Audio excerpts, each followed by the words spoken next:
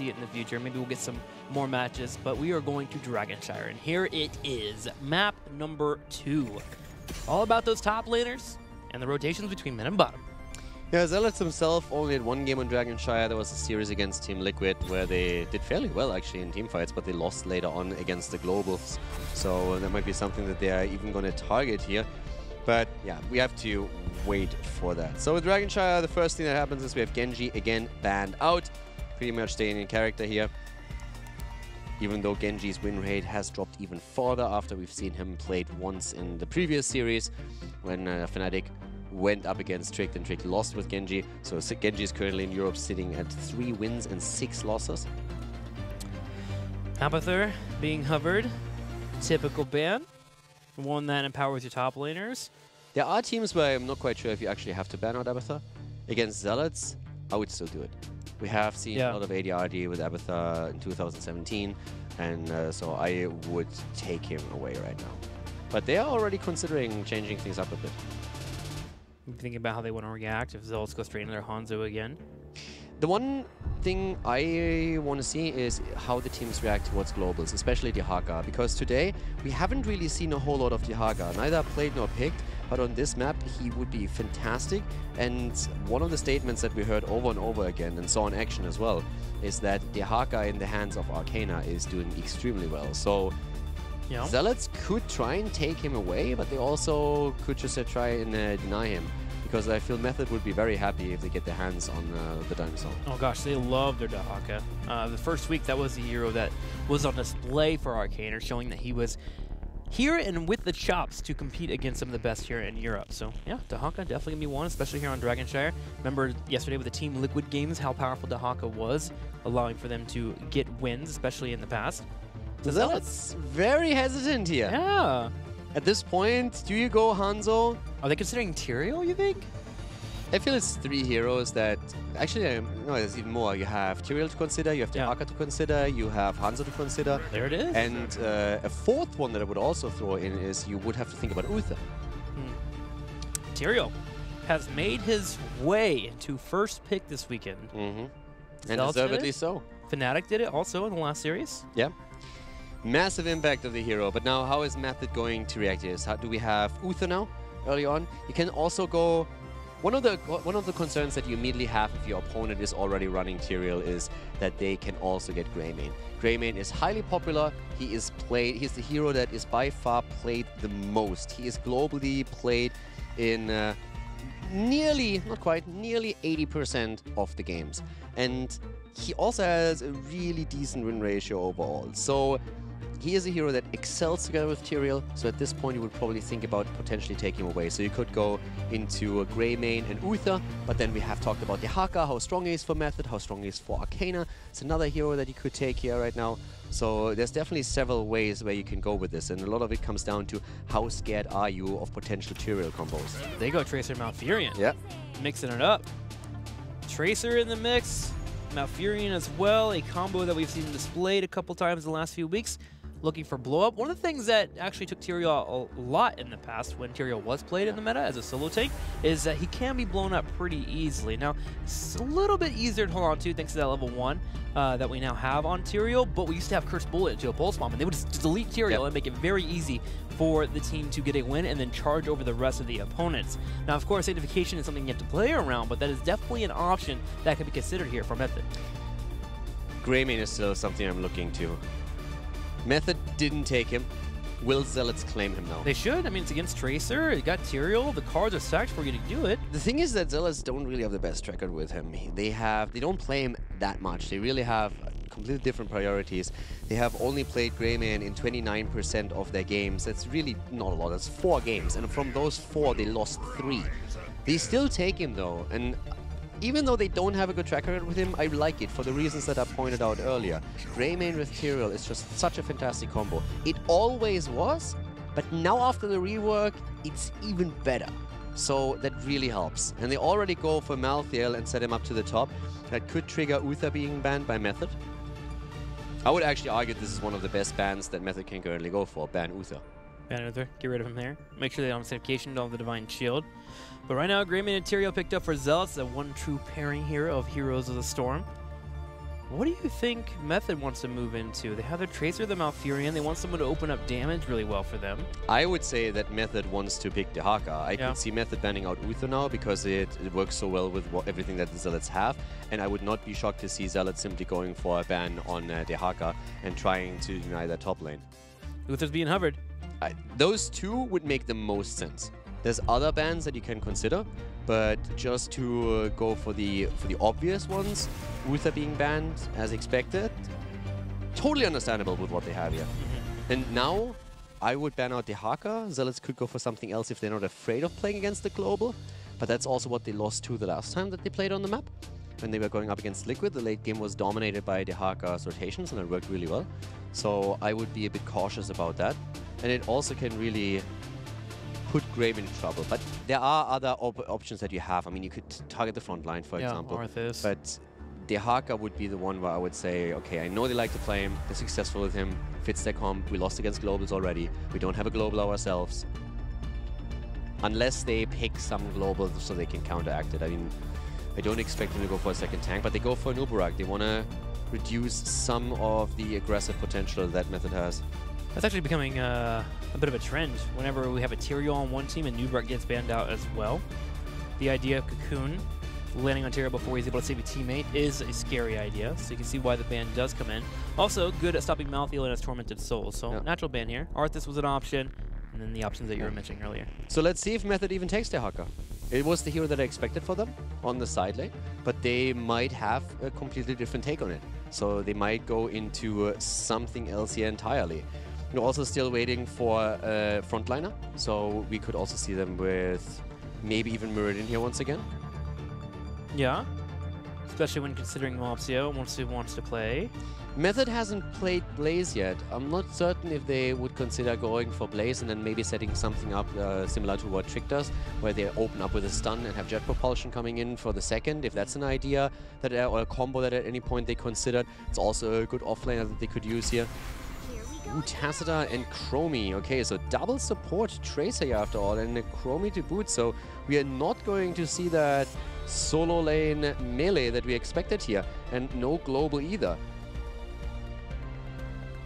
Tassadar will have a difficult task here, being the wave clear here for Method. He'll have to rotate around, but that is something that ADRD, who's probably going to be playing that Tassadar, enjoys. He likes to go into the Sidestorm build, so that'll give him the chance to stack those up. Chromie on the bottom lane to be annoying and Tracer zipping around. It's scary, but Method has to play well. Yeah, well, we had a fake tweet from Justice. Did we? Yeah. Those darn fake tweets. I missed it. What did it say? It said, I'm not a fake tweet. Clearly fake. Could we be a little bit more clever? Josh, seriously, could you get a bit more creative in your Yeah, Josh, just take tweets from my Twitter timeline instead of that. What are we doing, Josh? It's a real tweet, Josh said. He wants to make sure that people are aware. Real tweet. Medivh again. Okay. And Karazim for chasing down Tracer. Rhaegar was still up, yeah. Karazim going up against Tracer, that really works for them. Yeah. Medivh, you have, so to say, like 1.5 supports. You have the extra shield in, so that works to keep Greymane alive here. Last pick up here for Method. Gonna need that frontline warrior. Anything come to mind? I'm feeling a Stitches for some reason. Yeah. I would say you can still, even against Malthael, you can still throw out Muradin? Muradin here, yeah. Yeah. Muradin would be the safer pick. Gets us more ganks, can set up Tracer to land her pulse bombs. I'm not 100% certain if I'm really sold on the Chromie here, to be honest. Chromie is doing actually quite well overall. It's just that when I look at this, Chromie is going to have a rough time if ADRD is able to get set up good portals. Sure. But Chromie's safe until the first line of defense is needed. Blaze main tank, okay. For the main tank. Back to the Chromie point. Chromie's okay until you start to lose out on your turrets and your forts. That's when she has more of a harder time against the Medivh. So if Zealots have a good opening, which is where Chromie can excel in the early game and control the shrine on the bottom, she should be all right.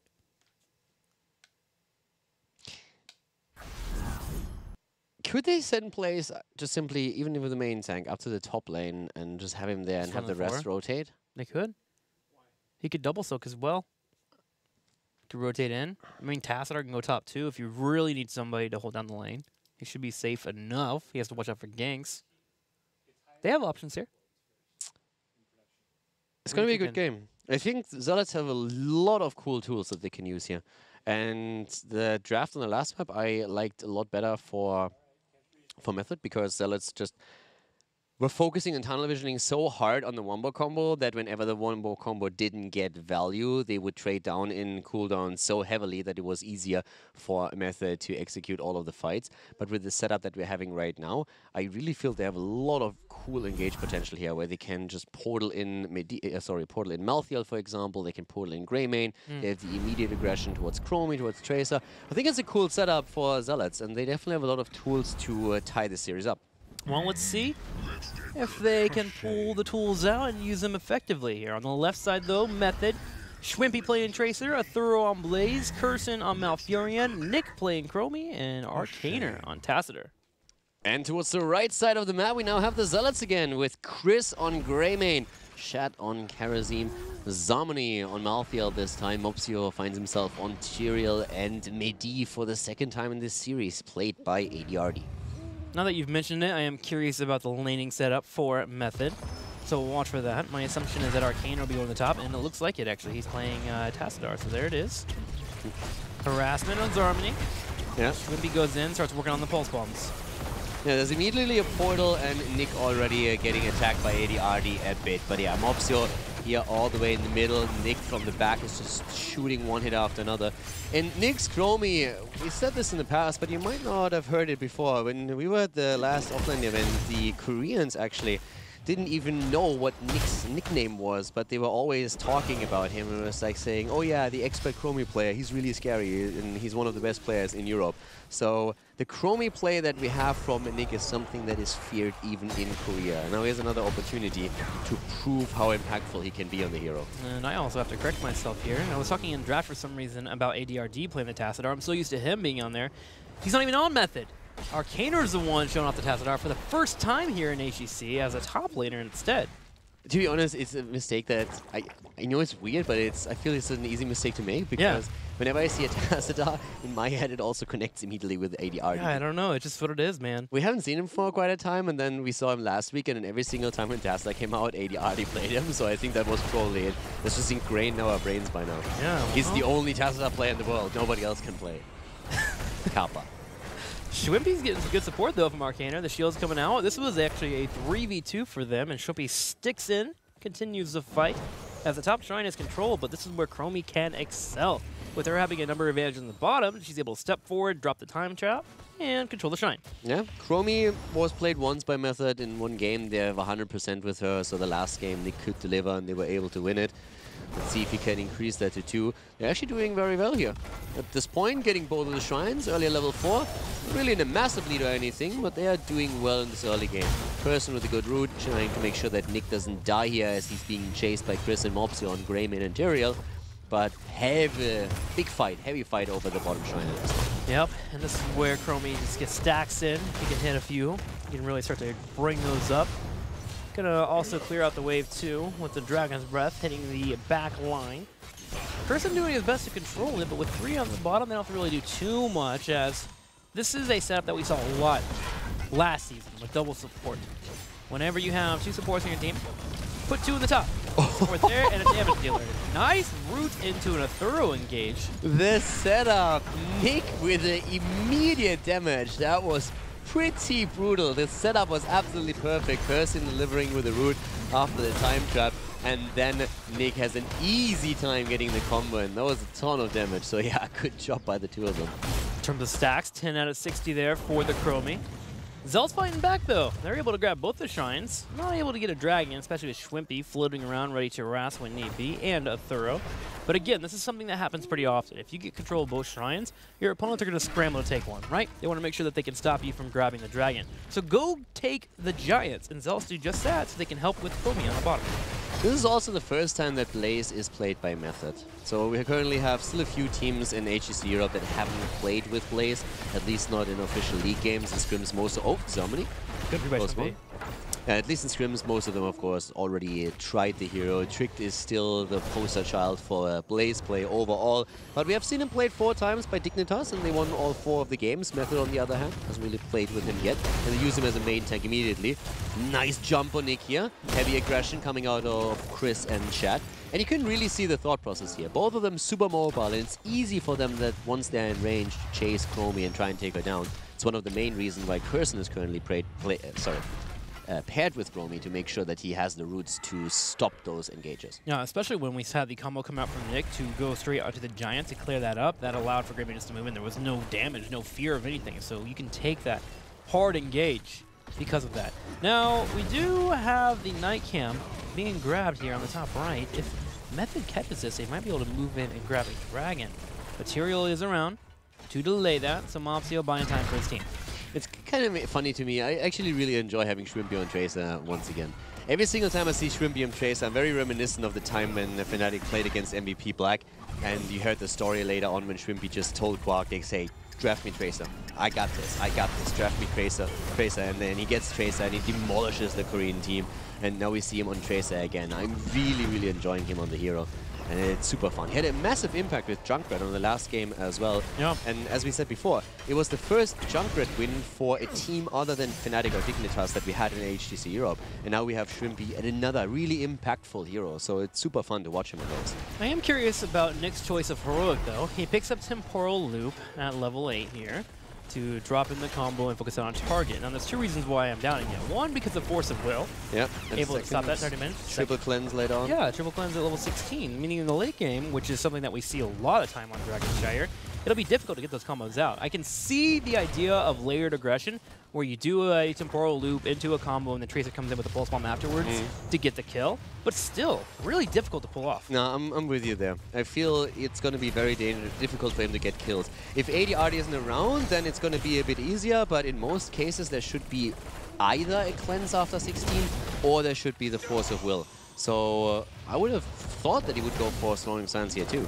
But so far, Method is doing well. I mean, they get the early 10. There's no kill in the game so far. But they have the earlier 10 that might lead to a Dragonite. It's a bit unlikely. This is only half level away. And we still have 3 heroes down at the bottom. But there comes the aggression with the hero starting to move in.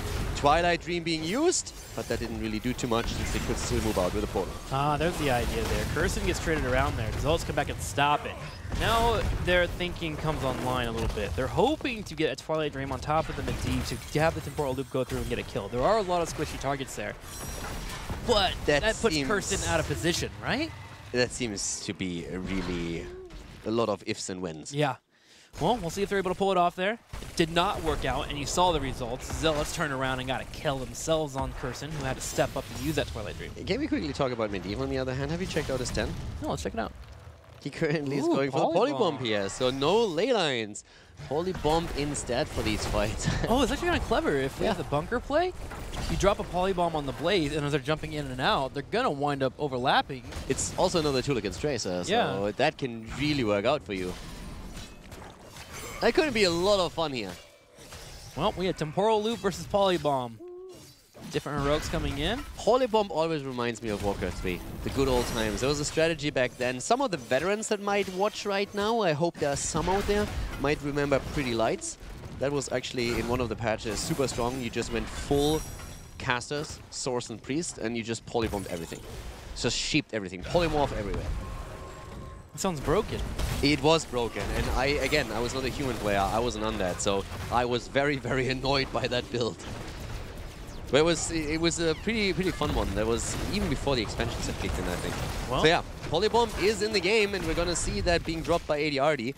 But so far, pretty nice back and forth game. Not a single Dragonite has been taken yet. 1 kill for Zealots, all that we've seen so far. Bit of a blow-up potential here with Karazim in the 7-sided too. But again, the time loop here, not really getting too much value out of it. And as soon as Zealots gets to 16, I really doubt that it's going to get any value whatsoever. No, Zealots grouped up and they invaded aggressively to the Giant location. But Method didn't mind. They actually win the trade there because they put Tassadar Tracer in the top and they take an entire fort for Zealots getting 2 Giants that were cleared out by Chromie. Big trade up for Method. Yeah, again, here's the loop. And that was a bit of a mistime on the side of Medivh, but still nothing that puts Mopsio in too much danger of dying. That's actually kind of cool, though. They put the root down so they can go into the combo and just starting to become a little bit to make this time bound. Oh, the Force of Will is a little bit too early. And Karazim, who has picked 7-sided strike, falls. That was actually perfect play by Curson. Double kill as Chromie delivers the final blow to Malthael. Curson really made the play here. You could at that point see that everybody on the side of the Zealots were just about to hit their own heroics or go in with the abilities, and that's when Curson interrupted everything and hit the perfect Twilight Dream, and as a result they get 2 kills out of that. Really heads-up play by Malfurion. And Curson, I don't feel we have really highlighted him a lot on the last map when he was playing Uther, but he was spot on with his moves, and he continues that again. It's really cool to watch him here. It results in a double kill and in a Dragon Knight. Shwimpy missing out a bit of a dash there to go in for a pulse bomb. Shwimpy taking some damage on the backside. The Holy Bomb for Shad to move forward, but sadly not enough as Shwimpy disengages from the fight. The Dragon able to do some damage in the middle lane there, Fort taking some beatings, but the major appeal here for Method as they put 3 in the bottom and they're working their own Fort. Yeah, we also have this time an adjustment. I haven't really mentioned that yet, but we have now Swift Retribution. I was talking about Swift Retribution earlier when we have it paired with Greymane. In the earlier series, it didn't come into play, but Mopsio is going for it now, so he wants to give Greymane the extra attack speed that he gets with it too. So it's another adjustment that we are seeing occasionally with the Tyrael setup, with the rework on Tyrael here. Big root there from Curson. Again, highlighting his reaction time. Portal comes out, drops the root to make sure the Zealots aren't able to chase Method. Had they been able to chase, Chromie would have fallen. Yeah. And right now, 15, okay, 15 versus 13, the 16 talent soon going to kick in for Method. They are really looking strong here. They are going to have an easy time taking the keep of the fort in the middle. And Zealots has to react somehow. They have gotten that 1 kill earlier on, but they need to start making a few plays here. And they have the potential to do it. If they start to gain some momentum, the problem is Method with 16 is going to be tough to beat. And that 16 is right around the corner. A couple more waves of experience at a night camp and they'll be just fine. Zealots have yet to even open up this bottom lane. The turrets are standing, still controlling those minions that are coming in. They aim to change that, though, with a double play on the night camp of the Giants. Yeah, exactly. Malthael currently on the night camp at the bot lane, and that should give them quite a lot of push power through the bot lane. But we already have Chromie in position, and we have also Blaze in position, so that is a lot of AoE already against it. And 116 kicks in. Tassadar has also the double storm available, and he's on his way to the bot lane now too. But they need to try and get something out of it. Of course, the aura helps a lot against Chromie's attacks right now. That should keep it alive a bit longer. And they're already going in deep here, trying to see what they can do with it. The wall has broken, and despite the 16 available, they're just going for it. Bunker dancing here from a thorough sanification pop. They're going to go all in on the fire bat. Can they get him? Way. No. Polybomb even used. It goes into Pearl Loop. Here comes the combo. Gonna miss out there. The cleanse being just enough there. Looks like it's able to escape. Tyrael is going forward for a little bit of damage, but getting nothing as Zealots loses 2. They lose 3 at this point. Even Malthael exploding, and Method able to keep Blaze alive. That was crazy. That was actually insane. At that point, the shield comes through with Tassadar, and it really looked for a moment as if Zealots would just crush through Method. They burn the bunker down, they go for Blaze, and just before he falls, the shields from Tassadar come through again, and that allows them to push everybody back. Zealots are trying to escape here. They dropped everything. They had nothing left. They were fighting at a level disadvantage, at a talent disadvantage, and they really homed in on the idea. Get the first kill, get the snowball, win the fight, and close this gap. This is the battle we need to force, and it all fell apart. They lose 3, they lose another Dragon Knight, they're 2 levels behind, and that gap is going to increase now even more as Method is aiming for additional structure. Yeah, you can't forget about that Juggernaut plating too. You usually want to try and bait that out. Between that, the shields, and the armor coming in, just a little too much. However, Zealots find some spice in their life. Move in and get a combo on top of Tracer. She's deleted the dragon, punting people to Chris comes back. Okay, that was, I don't think I've seen that lately. That was an interesting one. So a temporal loop on a Dragon Knight that kicks away a target, and Chris just gets ping-ponged around the map, and this is like, well, all right, I guess I'm okay with that. He was a shooting star, just dashing across the screen there. He's like, guys, I'm getting punished. Oh, no, don't worry, I'm good, Thank you, Chromie. And the good news for Zealots is they've now gotten a kill. They stop an entire dragon, and they hit the same level of talents. They have a couple levels here to play around and maybe catch Method with their pants down. Yeah, getting the kill against Tracer was actually insanely awesome for them. Yeah. Because right now, they could have lost the keep here. They could have actually lost the keep, at least the wall and even more experience. But with that kill against Tracer, as you said, they negated the Dragon Knight, and they were able to get the experience they needed to at least fight on even talents for a bit longer. The problem is they have to make it count. They need to do something with it. They can't just wait for Method to hit 20, play around them, and play a patient game, and then with a Storm Talent advantage try to force fights again. So Zealots need to be aggressive. They need to initiate something and see if they can get kills or at least structures. If they are able to take a few structures down, they will close that gap faster so that they spend less time with the talent disadvantage once Method hits 20. They are being aggressive. Method's toying with them and knowing they're trying to go for it. Oh, they find Blazo. The Polybomb connecting before he's able to use his own shield. Temporal Loop here on Mopsio. And get the Force of Will and the Cleanse as well. Chris goes in with the portal though and takes the damage from Chromie. Yeah, Chris gets the damage, but Mopsio as the target of the Temporal Loop didn't suffer any, and that's what we were highlighting earlier. The Cleansing Touch on 16 for Karazim is such a game changer. Before 16, Chromie already is going to struggle to get value out of the Temporal Loop because of the Force of Will, but at the same time, we have also, of course, the opportunity of Cleanse being used now too. So there's another tool and another hero that you have to be careful about when you go in with the Temporal. And now Zealots, knowing their opponents don't have a main tank, are going to make a play for the Dragon. They set up for it pretty well.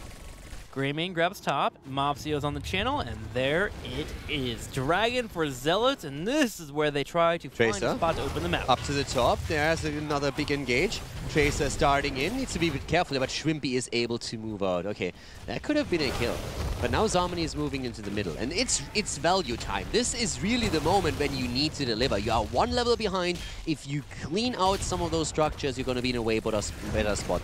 Bottom keep, bottom fort is nearly destroyed. Get the bottom one, get the one in the middle, and you are all of a sudden looking at a way better position where the time window that Method has is shrinking fast. Speaking of value time, that 20, as you mentioned, we're in the corner, but also the quest about to finish up for Chromie. She's getting stacks on this Dragon Knight. She is 2 stacks away from finishing the quest, which gives her an extra Sand Echo to be able to bring in a little bit more damage. Method makes a play for the Giants. ADRD scouts it out. This might be a bait here. Are they going to try and maybe force a fight? No, they're going to go ahead and grab the Giants, pull away, and wait on 20. Yeah, very little value out of the Dragon Knight. Didn't really get a whole lot here. It was burned in the middle as the bot lane got attacked there, so now it's an entire level that Method has the talent advantage. Zealots is trying to clean out some of the camps before that even happens, and I think that's a pretty cool thing to do. They have the vision thanks to Medivh, so they don't need to be afraid. And the more of these camps they take away before Method goes for them themselves, the better for them right now, since they can't engage into an active battle with Method before they themselves hit 20. And so far we didn't have the objective announced again, so they still have a bit of time. Yep, more proactive than reactive. Method comes in to grab those Knights, but Zealots have already taken them away. They just have to wait a little bit for that full level to come in. I think they should be able to get it close to that 20 as long as they play safe here and soak the lanes that will be coming their way. There's one interesting disadvantage when you take those camps. It means that the lanes don't push against you, so you have to go farther out to clear waves. But you get the advantage by the vision that comes in, so you can go to the other side of the lane and soak, which we see here on Mopsio. Yeah, so that's, those are the two aspects. It depends a lot on how your opponent plays it too. Yeah. So Method is now pushing in at the top lane. It makes it a bit easier for them. But here again, we have the cleanse coming in. Once, twice, making sure that... Wait. We got stuck in a loop. Yeah. Oh my golly. I was like, wait. I haven't seen that in a gangster minute. Stuck in a loop, brings back the target a second time, so you can follow up into a second common and the pulse bomb. Now, still interesting. It's still weird. It's even more weird to see it in this situation than any other because you have a Karazim with a triple cleanse and you have Medivh. There's a surprise factor, so if maybe somebody slips up. But wow. Yeah. We'll see if it pays off. I haven't seen that in a game ever. I highly doubt that it's going to pay off. I mean, it forces a few more dashes out of Karazim, so he needs to be a bit more cautious, I would assume. But you still have Medivh in there, too. It's not that there's only one. If you use that against a single cleanse on a hero, I would like that way more. But in this setup, it just still feels a bit odd. But it forces Karazim to be way more cautious around his dashes. But now we have 20 versus 20. The entire time when Method got their kills, when Method was able to get ahead, at times they were 2 levels more than that ahead. But if you look at the game right now, what did they do with that? Nothing really. No. There's no keep down. It's an eye-level fight now with 20 versus 20. There's level 21. No talent advantage anymore. A small stat advantage to the 21. Yes, you are correct. Nitpicker. But yeah, besides that, they don't have anything to show for all the work they put in the early mid-game. And now the late game dance begins, where you try to control one shrine and catch your opponent out of position. The problem with this is that Zealots have the advantage. ADRD on that mid-deep. Being able to scout and provide vision is important here. That knowledge allows for Zealots to choose their fights. Yeah, and they already go in once again. Combo, okay, a lot of damage. Seven-sided coming out. They're going again for Blaze. The bunker is up, not really utilized. Tormented Souls used, and all of a sudden Malthael is the high center of attention here. Temporal Loop comes in, gets not cleansed out. Malthael is dead. Malthael is dead, and Method want more. Zealots will make sure that they are not allowed to get more here as they portal away, but a 5v4 here for Method makes it much easier for them to move forward and break down a keep wall. Nick gets the value. In this case, no cleansing touch. Medivh wasn't ready for it either. Cooldowns were being used, and with that kill, they have an opportunity to grab another Dragonite, and that's a hard-hitting one at 20 minutes in. Might end the game. Keep would already be a big asset if they can get that. But they're also just sticking around at the bottom of the map now. Tracer's making her way to the top, but they're a bit afraid of that 4 versus 4 fight here. Yeah, the Medivh makes it difficult to separate. If you have one person head to the top and you don't know where Medivh is at, suddenly a portal onto you and you get picked off, so they're waiting to respawn. Finally, Schwimpy is able to grab the top shrine. Tassadar is in a prime position to get that dragon. Nobody there to interrupt him. They go for the bottom right now. A kill alone would already be it. If they get the kill against Ethereal, then they can have no problem with giving a Dragonite up as long as they get the kill, but they need to get the kill. He's sneaking out. He still has the shield. Finally uses it. Ethereal's getting lower, cutting away like crazy. He's going to go ahead and dash out. Schwimpy here to save him. Shed wants him. He's Shed really wants him. They get him, but do they lose someone in return? Mobster taking damage. No. Schwimpy trying to chase now, getting some harassment in. The Dragon has gone over to Method, but they're missing a tank. But I guess Dragon's kind of a tank. Yeah, but they can't. In a 4 versus 5, they can't really do too much. If they jump into the backline and get another kill, then this turns too fast. So the Dragonite is once again negated. It's going to get some value, don't get me wrong. They will be able to take down the wall, but I highly doubt that they're even going to get a keep with this. I would be very, very surprised. And at this point, they're just burned down on the hit points. So that kill against Blaze, that was the play. They saw the sneak into the middle. They said, hey, they have Tracer top, they have Tassadar mid lane. That means they have 3 heroes down here. We are 4 versus 3. As long as we get the kill, we're good. If they miss the kill, they're in trouble. Schwimpy almost getting caught there. Temporal Loop will come out just to make sure ADRD escapes. It's going to use the Force of Will to get out. And most people would say, well, why don't you just wait for the Dragon duration to go through and then have Blaze come in and go for the fight? Look at the numbers right now. There's only 15 seconds left on this Dragon. There's not much they could have done. That kill, as you mentioned, hampered Method in their push. It's really funny, by the way, how this double temporal forces a different playstyle of Shed. Yeah. He can't be as aggressive chasing Tracer. So they have now this trade-off. I'm still not sure if Nick gets the value out of the talent that he really wants to. I feel it would be more impactful against the hero with a single cleanse. But at least it forces now Kharazim to be way more cautious before he starts jumping after someone. Instead of Wave 100 Fist, too. Yeah, he can't chase Tracer as much as he would like to in a lot of these fights because he needs to keep his extra charge set up so that they can negate the damage. Clever. Nick bringing in the Temporal Loop. Combo comes out again, but Zealots with an aggressive play are able to go forward and take the Night Camp away from Method. This is a close one. It is a close one, and no team has lost a keep yet. Yeah, not a single one of them. Both of them still fighting here, and we are 23 minutes into the game. Another Dragonite could end this, but as we are starting to home in even later, I love how they always trade here.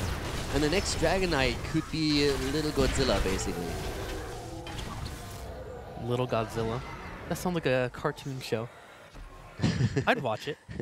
So he's pretty cute. He's a strange cousin of Little Ragnarok. Now I want a little Diablo skin.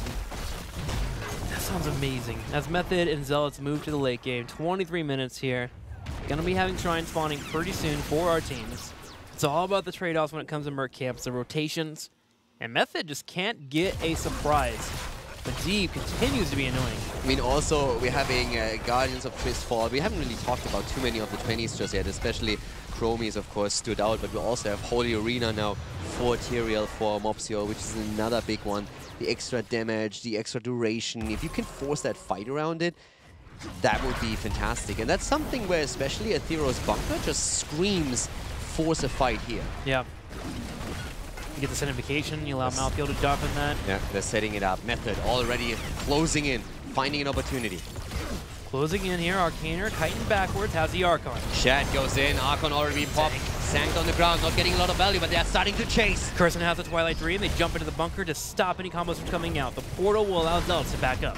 Yeah, at this point they're just retreating here. But the Holy Arena didn't get any value. He dropped it too early. He didn't wait for the bunker. He didn't wait for Method to make a stand. And now with the cooldown gone, with the Heroic gone, we see Method becoming way more aggressive. This Archon is doing some damage like crazy. Big read on the portal, though, into a Pulse Bomb. Well done here. Somebody still able to escape. AD with the vision once again, but the double storms coming out. So much pressure against the keep. And the time traps everywhere. The chase with the portal. Once more, Zealots going in, going deep, but Curson with the Twilight Dream. And the bunker comes out again, that low cooldown. Gonna have Tyrael, Sanctification going forward as well. Doesn't have it available. Mopsio kiting backwards. Yeah, Mopsio is low, and so is Zarmony, but he'll pop the Twilight Dream here. He popped the Tormented Souls here. Twilight Dream, of course, used earlier by Kirsten. No kills just yet, and in the back line, it's Chromie the entire time with one hit after another, and then Shrimpy sees the opening, goes in and drops Malthael once more. Gets a kill on Malthael. That Sanctification being used 2 fights ago, really hurting Zealots right now. Not able to get the full engage they wanted, nor could they stop that Pulse Bomb combo from coming out. ADRD sharking around, but the keep is for pickings here. Yeah. As Method goes in and takes it away. Another combo from Athero. They get it. Shrimpy, by the way, is on 74,000 damage right now. He is putting everyone else in this game to shame. The next one is Chromie with 58k and Grayman with 54. But Shrimpy, he's the one putting on a clinic right now. He's the one darting in once again. Has died 1 time so far in this game. And instead of going for the Dragonite, Method is just screw all of this. We are sieging up on that core. We are delivering the pain right now. Malthael is out for another 10 seconds, and we can drop the hit points in the meantime. Still have to be careful though. Zealot Sanctification is up now, as well as the Polybomb. If they dive too far, they can get in trouble. There is the Polybomb, straight on Tracer. She jumps into the bunker, but she spreads the Polybomb twice. Sanctification used, Swippy zips out. Yeah, once again, the Holy Arena on the ground. Mopsio is low. Malthael is finally coming back. Zealots Combo. wait for Malthael. Here's the combo. Well done, ADRD. Here's the silence, and that's the end of Karazim. He's down, and once again, the Zealots find themselves down 1 player. They're stunned with a jet propulsion. Combo! Moving in, and Nick just destroys them here. 50% on the core. Method with a 1-0 lead in that series goes in for the second win. A long, drawn-out game comes to an exciting